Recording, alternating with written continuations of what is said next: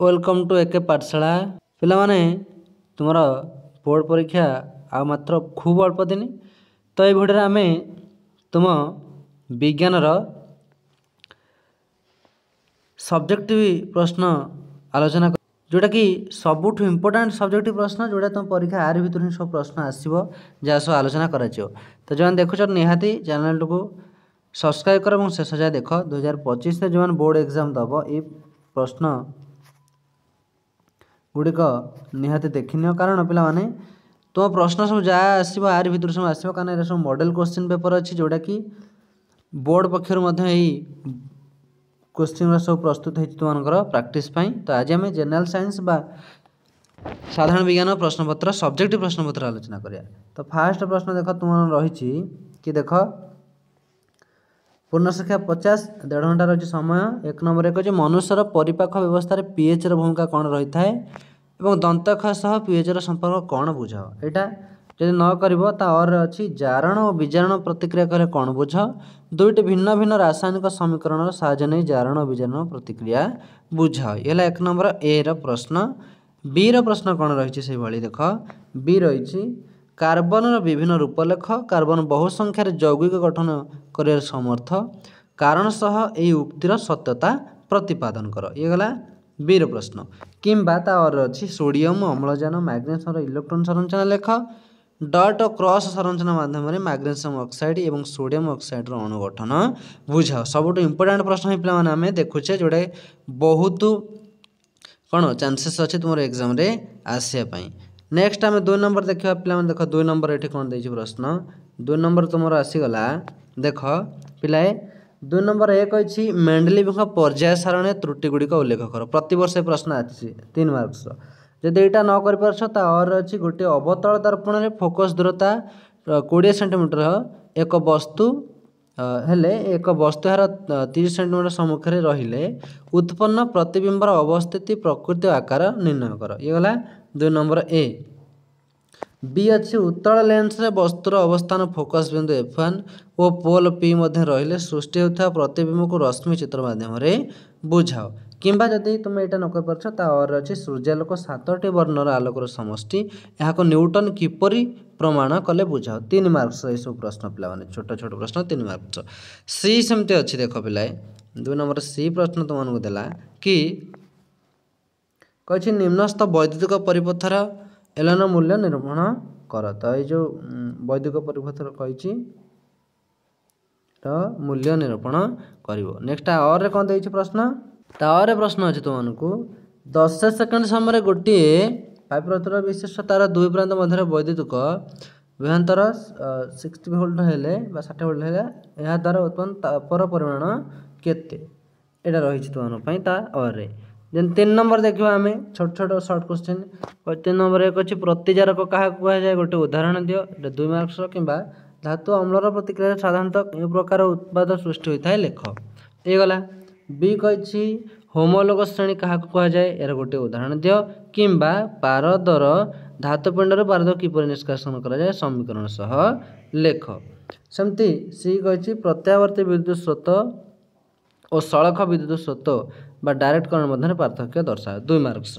तो पे मैंने यही प्रश्न तुम निहाती आसो जहाँ सब आम आलोचना कले ये सब मॉडल क्वेश्चन से बोर्ड ही तैयारी करछि जो यार भितर तुम सब प्रश्नपत्र रखिब जदि सब आंसर तुम्हें निजे बाहर करी जदि भलसे प्रैक्टिस करदेव परीक्षा सब यार भितर प्रश्न आसीज तुम्हें इजिली करदेव।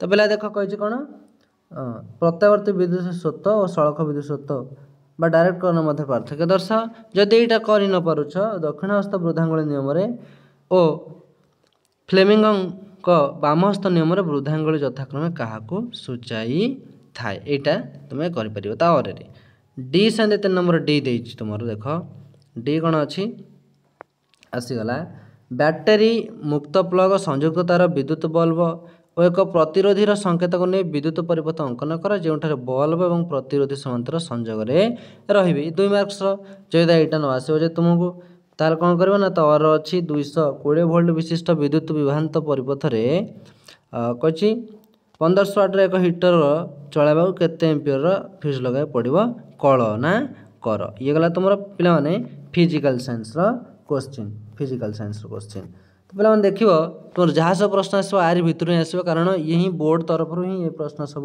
तुम दि जाए प्राक्टिस तेणु आर भितर हूँ से कौन ना प्रश्न सब तुम परीक्षा रखिए।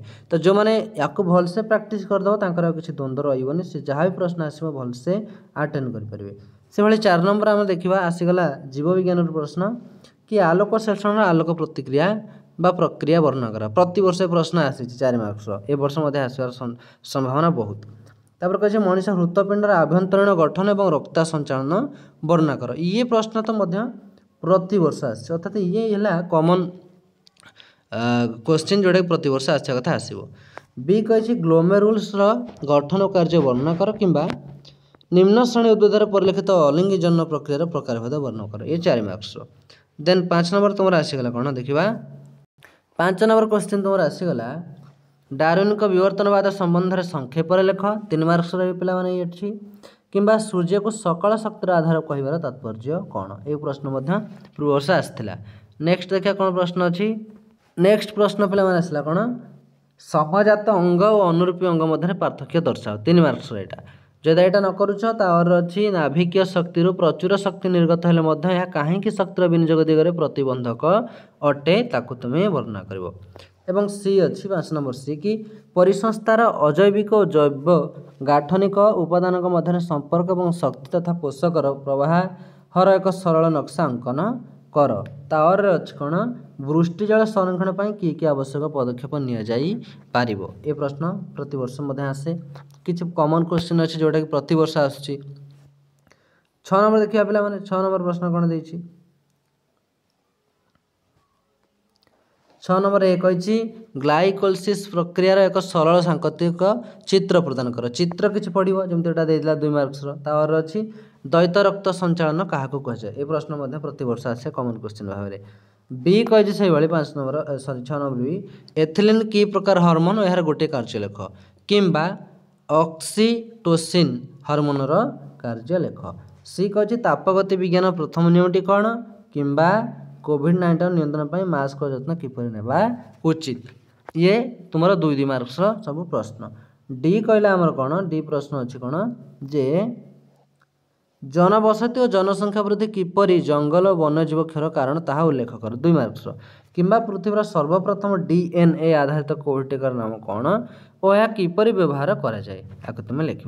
तो पे आम आलोचना करते तुम subjective question general science GS general science subjective most important question जोटा कि बोर्ड पक्षर ही प्रश्न तैयारी करा जायछि। तुम बीएससी ओडिशा बोर्ड पक्षर तैयारी होइछि एवं याको प्रैक्टिस करिया देछि पिलामानकु जेउ थ्रू ही प्रश्न आसो। तो एई थ्रू ही प्रश्न आसो तुम देखिबो जेति प्रश्न हम आलोचना कले प्राय 80% प्रश्न तुम परीक्षा आसीजिवो। तबे जो मान देखुछ निहाती ये सब प्रश्न को प्रैक्टिस कर और सांग को अधिक शेयर कर देख तुम परीक्षा निश्चित भल हम।